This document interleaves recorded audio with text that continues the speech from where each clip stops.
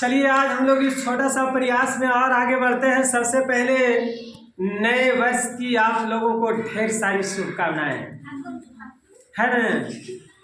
और इस शुभकामनाओं के साथ यदि आप वीडियो देखते हैं तो देखने के साथ कमेंट कीजिए कैसा लगता है वीडियो आपको। इसके अलावा कमेंट करने के बाद वीडियो अच्छा लगे तो इसको शेयर भी कर सकते हैं, है ना।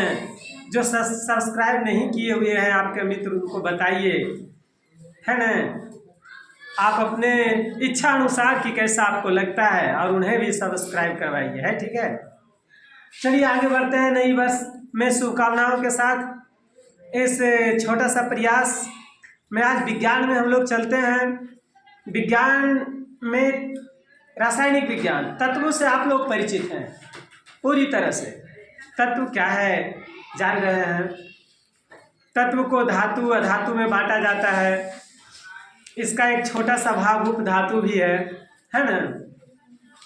तो हम उसके यौगिकों के बारे में और कुछ धातुओं और अधातुओं पर हम भी चर्चा करेंगे। सबसे पहले एग्जाम में जो प्रमुख प्रश्न पूछा जाता है उनमें से एक बात यह भी है, अक्सर पूछा जाता है कि एक द्रव धातु का नाम बताइए। तो द्रव धातु का नाम पारा है। द्रव धातु कौन है? पारा। यदि पूछा जाता है द्रव अधातु का नाम बताइए तो द्रव अधातु ब्रोमीन है। ध्यान रखिएगा, ये दोनों में अक्सर धातु और धातु में विद्यार्थी क्या करते हैं? पारा लगाते। तो धातु बोला जाए तो आपको पारा लगाना है, अधातु बोला जाए तो ब्रोमीन लगाना है। द्रव अधातु ब्रोमीन है ना। चलिए और आगे बात करते हैं। एक और प्रश्न पूछा जाता है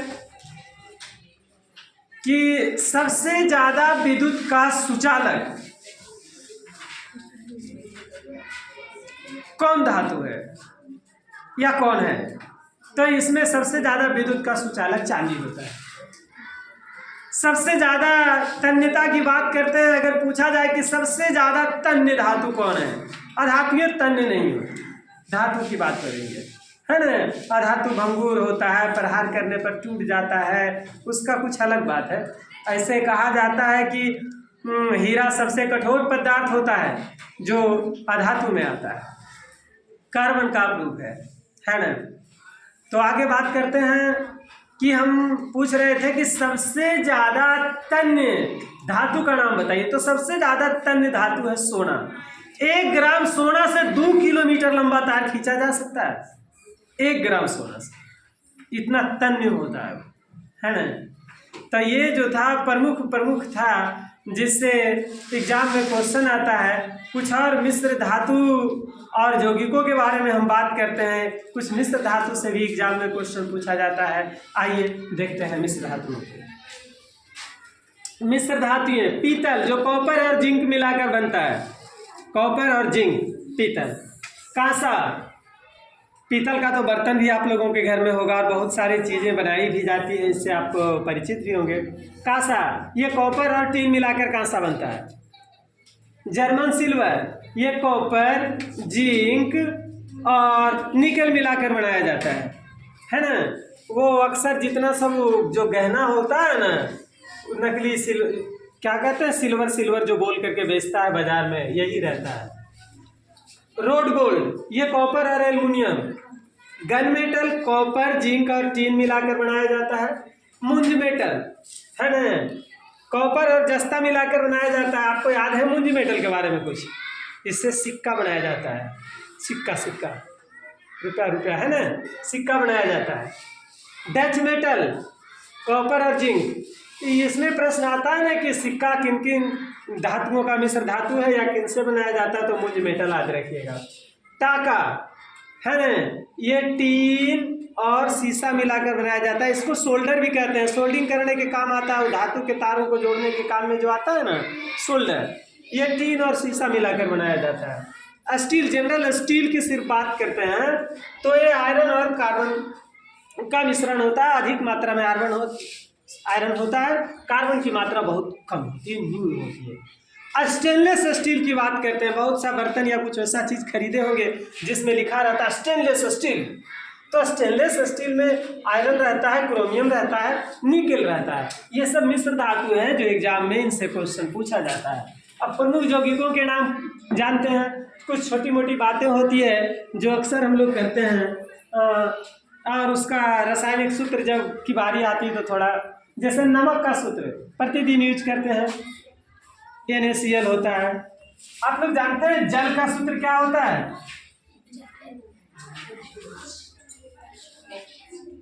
H2O होता है। जल का सूत्र H2O होता है।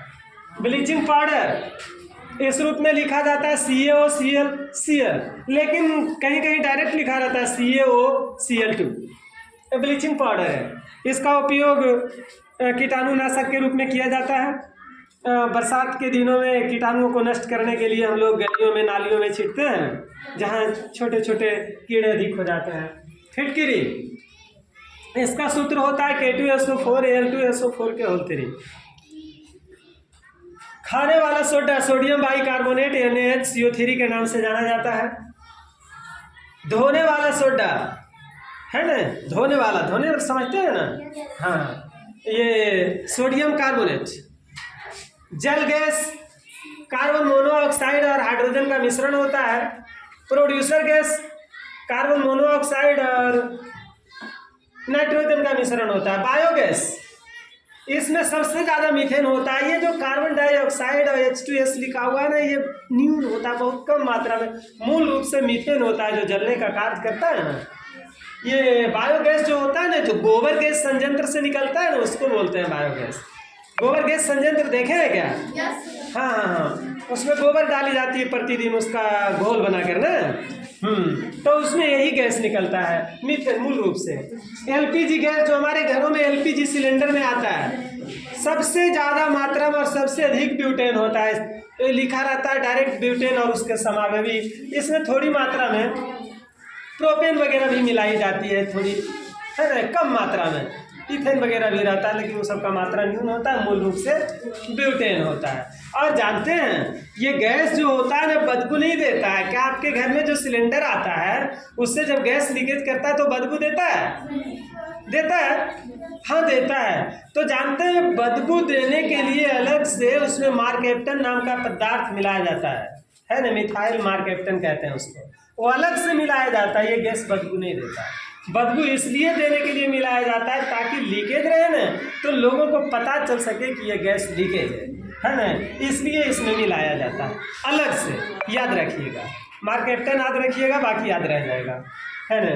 बैट्रियम, इसको गंधकाम्ल भी कहते हैं, तेजाब भी कहते हैं, हाइड्रोजन सल्फेट के नाम से जाने जाते हैं। बैटरी में जो अम्ल डाला जाता है ना, एसिड जो रहता है ना, अम्ल को अंग्रेजी में एसिड कहते हैं, तो वो बैट्रियम जो होता है हाइड्रोजन सल्फेट होता है, H2SO4। ठीक है। इसके अलावा हाइड्रोक्लोरिक अम्ल, ये हमारे अमाशय में पाया जाता है। जो कहते हैं ना परीक्षा में आता है, मानव के पेट में या अमाशय में कौन सा अम्ल पाया जाता है, तो यही अम्ल रहता है HCl, यानी हाइड्रोक्लोरिक अम्ल। मानव के आंत में यह अम्ल पाया जाता है जो भोजन को पचाने में। जानते हैं जब लंबे समय तक हम भूखे रहते हैं ना, तो हमारे पेट में जो है इस अम्ल का अधिक स्राव होता है। हाइड्रोक्लोरिक अम्ल का स्राव होते होते उसकी मात्रा जब बढ़ जाती है ना, तो पेप्टिक अल्सर भी हो जाता है, पेट में अल्सर। इसलिए अक्सर लंबे समय तक भूखे नहीं रहना चाहिए, कुछ ना कुछ खाते रहना चाहिए, है ना। अगर एक आध दिन जो उपवास वगैरह करते हैं वहाँ तो कम प्रभाव पड़ता होगा, लेकिन जो अक्सर जो है लंबे टाइम तक भूखे रहते हैं वहाँ प्रभाव पड़ता है। बाहरी जल का सूत्र होता है D2O, लाफिंग गैस का सूत्र होता है N2O, नीला थोथा, कॉपर सल्फेट को नीला थोथा कहते हैं, कॉपर सल्फेट इसका सूत्र होता है CuSO4 और 5H2O, वो जलवाष्प की थोड़ी मात्रा मिली होती है। उजला थोथा जिंक सल्फेट को कहते हैं, ये 7H2O जल की मात्रा है ना। और मोम, इसको पेंटाकोशन के नाम से जानते हैं। मोम का सूत्र होता है C25 CH52, ये हाइड्रोकार्बन का यौगिक है। हाइड्रोकार्बन का यौगिक उसको कहते हैं जो हाइड्रोजन और कार्बन से बने यौगिक होते हैं, उसको हाइड्रोकार्बन के यौगिक कहते हैं। तो मोम हाइड्रोकार्बन का यौगिक है। हरा कसी से फेरस सल्फेट होता है, FeSO4 और 7H2O। Plaster of Paris CaSO4 के होल 2 और H2O। इसमें प्लास्टर ऑफ पेरिस जो होता है, प्लास्टर हड्डी वगैरह टूट जाता है तो सले उसको पट्टी बांधने के काम में आता है ना। इसके अलावे और मूर्ति वगैरह इससे बनाई जाती है प्लास्टर ऑफ पेरिस से। क्रुक्स कांच, धूप चश्मा बनाने में इसका यूज किया जाता है। क्या चीज? हाँ, धूप चश्मा बनाने में। फिलेंट कांच, ये लेंस वगैरह बनता है, इस लेंस से चश्मा वगैरह भी बनाई जाती है ना? क्या बनाई जाती है? चश्मा वगैरह भी बनाई जाती है ना? जानते हैं धूप चश्मा जो है, इसका रंग जो काला हो जाता है धूप में जाने के बाद, ये सिल्वर ब्रोमाइड के कारण होता है। किसके कारण? सिल्वर ब्रोमाइड उसमें रहता है मिला हुआ, जिसके कारण जैसे ही कोई व्यक्ति चश्मा पहनकर धूप में जाता है तो वो काले रंग का हो जाता है। अक्सर एक प्रश्न पूछा जाता है, इससे पूछा जाता है ना कि किसकी उपस्थिति के कारण जो है ये चश्मे का रंग काला हो जाता है, तो आप बताएंगे वहाँ सिल्वर ब्रोमाइड के कारण। किसके कारण? सिल्वर ब्रोमाइड के कारण धूप में जाने के बाद उस चश्मा का जो शीशा है वो ब्लैक हो जाता है, सिल्वर ब्रोमाइड के कारण। चलते हैं और आगे। इससे भी लेंस बनाई जाती है फिलेंट कांच। जब लेंस होता है तो चश्मा में तो लेंस लगाई जाती है ना, और इसका भी उपयोग किया जाता है। प्रकाशीय कांच, ये भी चश्मा में यूज किया जाता है, प्रिज्म वगैरह बनाया जाता है इससे, है ना? जानते हैं कुछ वैसे पदार्थ होते हैं जिसको उसमें मिला दिया जाता है ना तो उसके रंग बदल जाते हैं। क्या हो जाते हैं? रंग बदल जाते हैं। जैसे कोबाल्ट ऑक्साइड को मिलाने से गहरा नीला हो जाता है। क्या हो जाता है?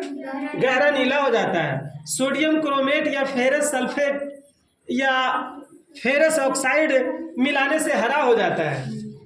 मैग्नीज ऑक्साइड जब मिला दिया जाता है तो लाल हो जाता है। कैडमियम सल्फेट जब मिला दिया जाता है तो पीला हो जाता है। और जानते हैं यदि उसमें